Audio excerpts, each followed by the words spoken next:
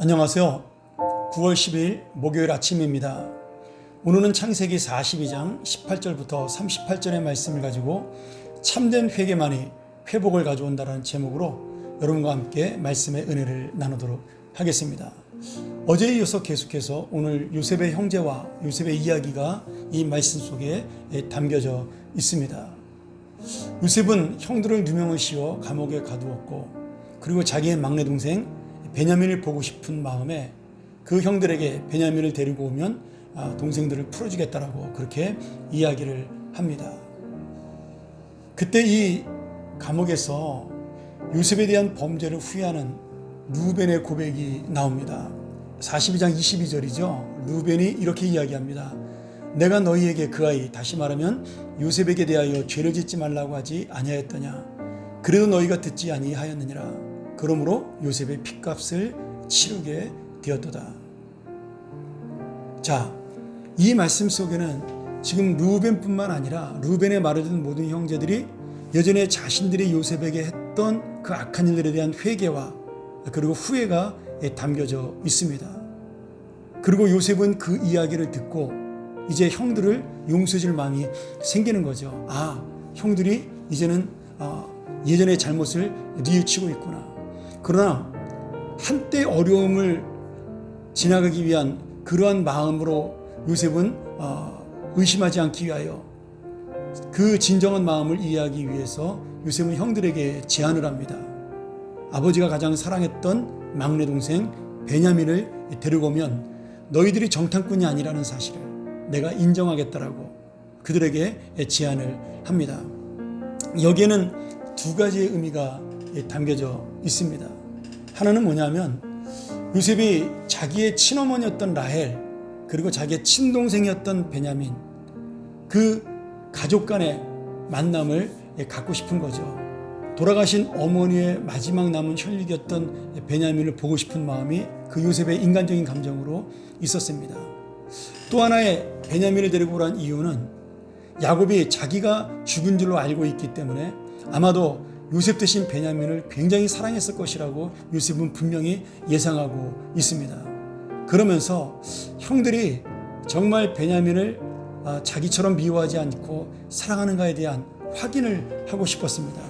만약에 자기처럼 베냐민을 미워한다면 요셉은 여전히 형들이 회개하지 않았을 것이라고 생각을 하게 된 거죠. 그래서 요셉은 형들에게 베냐민을 데리고 오라고 그 요청을 하게 된 것입니다. 자, 우리가 이 말씀을 보면서 한 가지 기억해야 될 은혜가 있습니다. 지금 이것이 어떤 드라마틱한 이야기를 만들기 위해서 이렇게 이야기를 진행시키는 것이 아닙니다.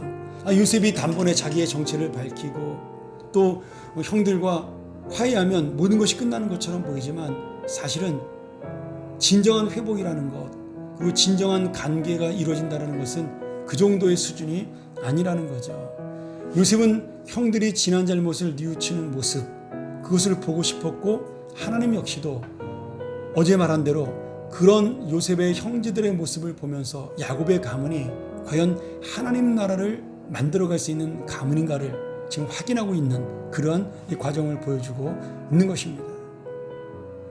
오늘 야곱은 이 형들의 이야기를 듣고 내가 또 요셉처럼 베냐민을 잃어버리는 것은 아닌가에 대한 굉장히 큰 고민을 하게 됩니다.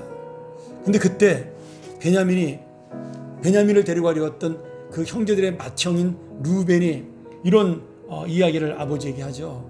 아버지, 만약에 이번에도 내가 동생 시므온과 베냐민을 안전하게 돌아오지 못하게 한다면 내 아들들을 아버지가 죽여도 좋다라고 자기 아들의 생명을 걸고 지금 동생들을 데려오겠다라고 그렇게 고백을 합니다. 지금 장남으로서 아버지의 마음을 가장 잘 헤아리는 아들이고 또한 자신의 잘못을 가장 크게 깨달으면서 동생들에게도 그런 회개를 요청하는 형의 모습이죠. 지금 하나님의 공동체, 하나님의 가정을 살렸던 것은 바로 이 루벤의 희생과 진정한 회개가 그러한 밑바탕이 되어서 지금 야곱의 가문에 회복이 일어나게 됩니다. 그리고 요셉은 그 루벤의 마음을, 그 중심을 이해하게 되고 결국 화해하는 과정으로 나아가게 됩니다. 오늘 여러분, 우리가 다시 한번 이 말씀을 바라보며 하나님을 믿는 자, 하나님의 자녀는요, 잘못할 수 있습니다. 다윗처럼 살인과 간음을 저지를 수도 있고요, 거짓말을 할 수도 있고요, 욕심을 부릴 수도 있습니다. 그러나 내가 하나님의 자녀라면 반드시 내 마음속에 꺼리끼는 일, 하나님 앞에 내가 정말 어렵고 부담되는 일이 있다면 참된 회개만이 내가 하나님과의 관계 속에 회복을 가져올 수 있고, 그 회복 속에 또 사람과 사이의 관계를 회복할 수가 있습니다.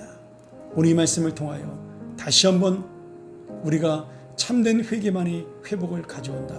그리고 이 회개하는 자, 자신을 희생함으로 회개하는 자만이 하나님의 은혜를 가져올 수 있고 공동체 회복을 가져올 수 있다는 이 말씀을 기억하면서 내가 먼저 회개하고 내가 먼저 희생하고 이 나라와 이 민족을 위하여, 이 교회를 위하여, 내 가정을 위하여 내가 먼저 엎드리고 무릎 꿇는 그런 귀한 하나님의 사람들이 되기를 오늘 하루도 주님의 이름으로 간절히 축원합니다. 우리 한번 같이 기도하겠습니다. 하나님 아버지, 감사합니다. 오늘도 이 말씀을 통하여 참된 회개가 무엇인지, 참된 희생을 통하여 진정한 하나님의 은혜를 누리는 자가 누구인지를 깨닫고 내가 바로 그러한 믿음을 가진 자가 될 수 있도록 인도하여 주시옵소서. 이 모든 하나님의 나라, 하나님의 공동체가 요셉 한 사람으로 된 것이 아니라 이렇게 루벤의 희생과 여러 형제들의 참된 회개로 이루어진 것을 우리가 깨닫고 우리 모두가 서로 연약한 존재임을 깨달아 다시 한번 하나님의 공동체로 나아가는, 회복의 나라로 나아가는 한 사람 한 사람 될 수 있도록 축복하여 주시옵소서. 예수님의 이름으로 기도합니다. 우리 다시 한번 이 말씀 묵상하면서 함께 기도하며 마치기를 원합니다.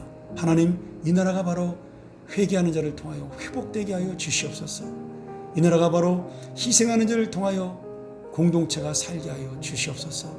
우리 교회가 바로 이러한 연약한 자들이 모인 곳이나, 그러나 루벤처럼 다시 한번 하나님 아버지의 마음을 헤아리는 그런 귀한 믿음으로 나가는 자들이 되게 하여 주시옵소서. 우리 한번 같이 기도하며 마치겠습니다.